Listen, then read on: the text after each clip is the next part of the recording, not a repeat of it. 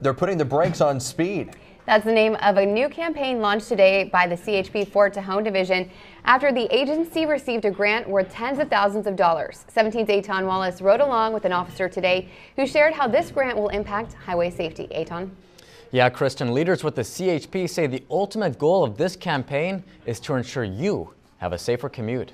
Officer Brandon Richards with the Highway Patrol Fort Tejon Division began his day Wednesday morning just how he begins every other day.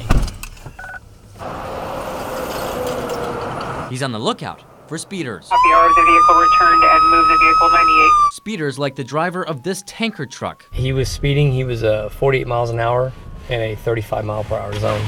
And that driver is not the only culprit. Officer Richards says he catches dozens of speeders in the Grapevine each day. I would say our primary problem up here would be speed. The traffic collisions that we do take are severe, and we can almost directly attribute that to the speed.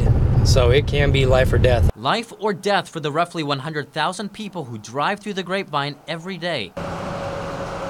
This stretch of the 5 freeway usually sees an average of 3 fatal collisions each year. In 2016, that number spiked to 10. And this year, the figure is even higher with 14 deadly accidents reported thus far. We need people to do is slow down. And that's why leaders with the CHP Fort Tejon Division announced the agency is launching a new campaign called Put the Brakes on Speed, an initiative aimed at funding more patrols on the roadways. The agency received more than $70,000 in grant funding for the campaign. So this grant is going to be twofold. One, it's going to be education. Two, it's going to be enforcement.